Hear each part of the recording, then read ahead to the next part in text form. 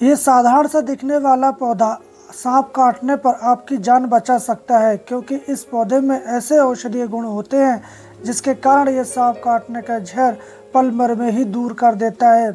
प्राचीन काल से ही हमारे जो पूर्वज लोग हैं, इन घास फूस और वनस्पतियों का यूज करके गंभीर से गंभीर बीमारियों को पल भर में ठीक किया करते थे, परंतु ये ज्ञान धीरे धीरे विलुप्त होता जा रहा है। और हम इस जानकारी को, इन औषधियों के बारे में वीडियो बनाकर आप लोगों के साथ शेयर करते हैं, ताकि आने वाली जनरेशन इन वनस्पतियों के गुण धर्म और इनके फ़ायदों में जाने और इनका उपयोग कर सके। मैं बस इस जानकारी को जनहित के लिए सब लोगों को शेयर करता हूं, ताकि वो इनके बारे में जाने। बस मेरा ही इतना उद्देश्य है। अगर आप इस बात से सहमत हैं तो इस वीडियो को ज़रूर लाइक करेंगे।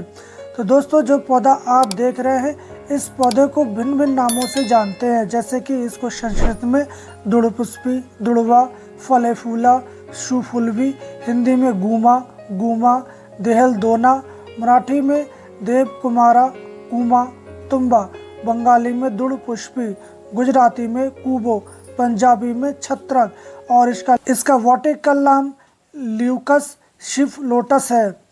तो दोस्तों, आप अपने क्षेत्र में इस वनस्पति को किस नाम से जानते हैं, हमें कमेंट बॉक्स में ज़रूर बताएं।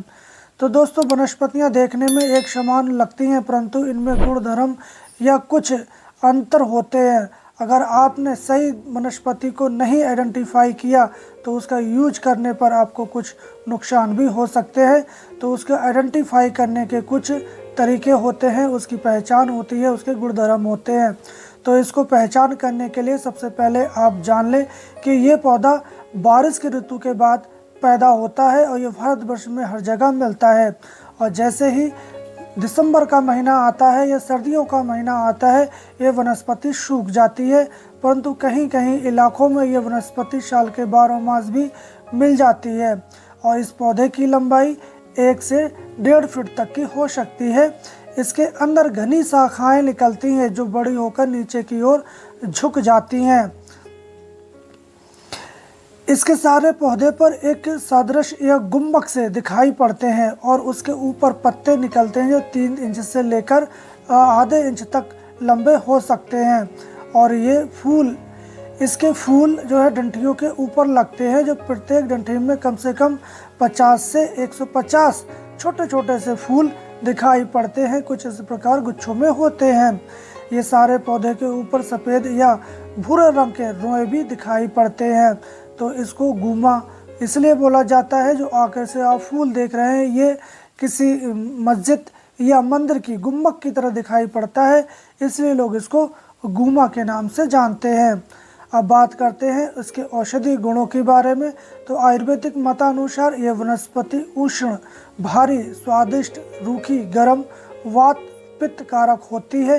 ये पचने में भारी होती है, दस्तावर है और सूजन, सूखी खांसी को ये दूर करने वाली होती है।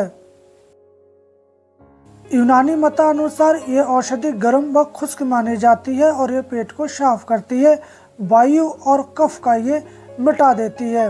पीलिया में ये बहुत लाभदायक होती है, पेट के कीड़े भी ये नष्ट करती है।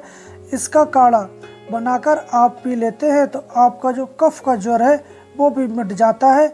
और सांप काटने पर इसके विष के इलाज में इसकी रस की कुछ बूंदें आप नाक में टपका दें तो जो सांप काटने पर जो बेहोशी है वो दूर हो जाती है। गूमा के एक फल लेकर आप 250 ग्राम पानी में इसको पीस लें और 2 तोला मिश्री मिलाकर आप इसको पिला दें। ऐसा करने से आपको ठंड से आने वाला बुखार उतर जाता है। इस पौधे को आप जड़ सहित उखाड़ लें और इसकी जड़ को आप पानी से साफ कर लें। साफ करने के बाद आप इसका रस निकाल लें और उस रस को आप आँख में अंजन की तरह लगाते हैं तो आपकी पीलिया मिट जाती है। इसकी रस की मात्रा छोटे बच्चों पर 1 से 2 ग्राम की मात्रा में आप दे सकते हैं और जो बड़े लोग हैं उनको आप 10 ml से लेकर 20 ml तक की मात्रा में सेवन करवा सकते हैं। छोटे बच्चों को जो खांसी हो जाती है तो आप इसमें 3 ग्राम रस इसका ले लें और इसमें थोड़ी सी चुटकी भर सुहागा मिलाकर और शहद के साथ आप चटा दें दिन में 3 बार, तो उनकी सूखी खांसी बहुत जल्दी मिट जाती है। इसके रस में आप छोटी पीपल का चूर्ण मिला के और आप पिला दें। ऐसा करने से आपके संधिगत जो वात है या जो जोड़ों का दर्द है वो भी दूर हो जाता है। सिर दर्द होने पर आप इसके रस में काली मिर्च मिलाकर और माथे पर आप लेप कर दें तो आपके सिर दर्द भी ठीक हो जाता है। इसी प्रकार इस औषधि को सांप काटे पर बहुत यूज किया जाता है। ये सांप काटे के एंटीडोट मानी जाती है। हमारे जो कई वैद्य लोग हैं इसका यूज करते हैं। मैंने तो अभी तक यूज करके नहीं देखा है सांप काटने पर, परंतु हमारे जो साथ के वैद्य लोग हैं इसका यूज किया करते हैं। तो सांप काटने की मूर्छा होने पर आप इसकी रस निकाल के नाक में टपका दें तो उसकी मूर्छा दूर हो जाती है। अगर व्यक्ति बेहोश नहीं है और होश में है तो आप इसका रस निकाल के 10 ml की मात्रा में आप हर आधे घंटे पर पिलाते रहें।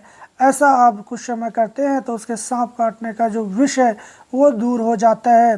परंतु आपको ऐसा करने से पहले अपने नज़दीकी जो वैद्य हैं, ये जो डॉक्टर हैं, उनकी निगरानी में ज़रूर करें। अगर देर हो जाती है, अगर आपको समझ में नहीं आता है कि इसको किसने काटा है, तो हो सकता है उस व्यक्ति की मृत्यु भी हो जाए। तो आप ऐसी लापरवाही ना करें और सांप काटे व्यक्ति को नज़दीकी चिकित्सा में ज़रूर संपर्क करें। तो दोस्तों इस जो औषधि है इसके बहुत सारे फ़ायदे हैं। उसी प्रकार आपके कहीं स्किन प्रॉब्लम हो जाती है, खास खुजली हो जाती है, तो आप इसके पत्तों को पीस कर उसका कहीं लेप कर दें जहाँ खास खुजली है, तो वो खास खुजली भी दूर हो जाती है।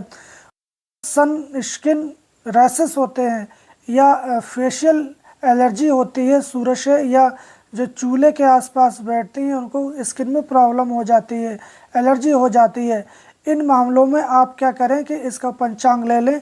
वो उस ताज़ी मिले तो ताज़ी, अगर सूखा मिले तो सूखा, इसका पंचांग ले लें और करीब 10 ग्राम की मात्रा में इसका पंचांग ले लें और 400 ग्राम पानी में इसको उबालें। जब 1/4 उबलते उबलते रह जाए उसको आप छान लें और ठंडा करके खाली पेट सुबह सुबह आप इसका सेवन करें। ऐसा आप 1 महीने से लेकर 2 महीने तक यूज में करते हैं तो आपकी स्किन प्रॉब्लम या एलर्जी भी चली जाती है। ये बहुत ही इफ़ेक्टिव है क्योंकि एक इकलौती ऐसी औषधि है जो खून को साफ करती है और स्किन प्रॉब्लम को दूर कर देती है। और ये टाइफाइड बुखार में भी इसका यूज बहुत अच्छे से किया जाता है। टाइफाइड बुखार में आप इसमें कुटकी, चिरायता और दुड़पुष्पी, इन तीनों चीज़ों को आप मिला लें, कूट लें और इसको जौ कूट करके रख लें। और जब भी आपको ज़रूरत हो आप इसको करीब 5 ग्राम की मात्रा में 1 गिलास पानी में इसको खौलाएं और खौलाने के बाद जब 1/4 रह जाए, 1 कप रह जाए, आप इसको छान कर और ठंडा करके खाली पेट सुबह शाम पिला दें। ऐसा आप 5-6 दिन करते हैं तो आपका टाइफाइड या ठंड से आने वाला जो बुखार है वो हमेशा हमेशा के लिए चला जाता है। और ये पीलिया में भी बहुत अच्छे से यूज किया जाता है। पीलिया में आप इसका काढ़ा बना के पिलाएं या फिर इसके जो रस है आप इसको भी नाकों में डाल दें या फिर इसके रस का आप आँखों में अंजन करते हैं तो पीलिया रोग भी बहुत जल्दी ठीक हो जाता है। पीलिया के लिए भी बहुत अच्छी औषधि मानी जाती है। लीवर डिसीज में भी इस दुड़पुष्पी का यूज किया जाता है और मध्य प्रदेश और छत्तीसगढ़ में इस दुड़पुष्पी का साग बनाकर खाया जाता है। वहाँ लोग कहते हैं अगर इसको एक बार साग बनाकर आप खा लें तो आपको 6 महीने तक लीवर से संबंधित कोई बीमारी नहीं होती है, पीलिया भी नहीं होती है। तो दोस्तों जैसे कि मैंने बताया कि ये सीजनली पौधा होता है और ये जो ठंड आने पर ये पौधा सूख जाता है, परंतु आप उससे पहले इसको उखाड़ के रख लें, सुखा के रख लें और इसको साल भर यूज में ला सकते हैं। उसी प्रकार इस वनस्पति का आप सत्व भी बना सकते हैं। सत्व बनाने के लिए आपको क्या करना पड़ेगा, आप इसके पौधे को ले लें पंचांग और इसको कूट लें, सिलबट्टे पे कूटे या फिर अन्य किसी चीज़ से आप इसको कूट लें। कूट कर आप इसको कपड़े में रखकर इसका छान कर इसका रस निकाल लें और रस जितना है उतना ही आप पानी मिला दें और किसी बर्तन में इसको भर के रख दें और इसको 24 घंटे के बाद बिना हिलाए इसको धीरे धीरे ऊपर का जो पानी है उसको निथार लें और जो नीचे का जो बैठा हुआ जो इसका सत्व है उसको निकाल लें और निकालने के बाद धूप में आप उसको सुखा लें। आपका सत्व तैयार है। इस सत्व का यूज आप 500 mg से लेकर 3 ग्राम तक की मात्रा में यूज कर सकते हैं। आप पीलिया रोग में इस सत्व को 1 ग्राम लेकर और शहद के साथ चटाएं तो आपकी पीलिया भी दूर हो जाती है। और अफीम के विष में आप इस सत्व को पानी के साथ हर आधे घंटे में आप देते रहे तो आपके जो अफीम का जहर है वो भी दूर हो जाता है। और सांप काटने पर अगर किसी मनुष्य को बेहोशी हो जाती है तो आप इस सत्व को कागज की नालिका बनाकर उसमें रखकर और नाक में फूंक दें। ऐसा करने से उसको बेहोशी भी दूर हो जाती है। और जब वो होश में आ जाए तो आप इसको पानी में घोल कर इसको पिला दें इसके सत्व को, तो देखेंगे उसका जो सांप के कांटे का जहर है वो भी दूर हो जाता है। औषधि दृष्टि से इस सत्व में उत्तेजक, कृमिनाशक और पसीना लाने वाले जो है गुण होते हैं। तो इस प्रकार आप इस सत्व का यूज साल भर कर सकते हैं, ये खराब होने वाला नहीं होता है।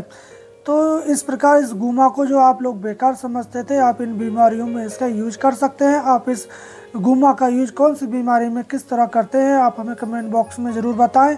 और हम कल फिर मिलेंगे एक नई औषधीय जानकारी के साथ। तब तक आप स्वस्थ रहें, मस्त रहें। जय हिंद।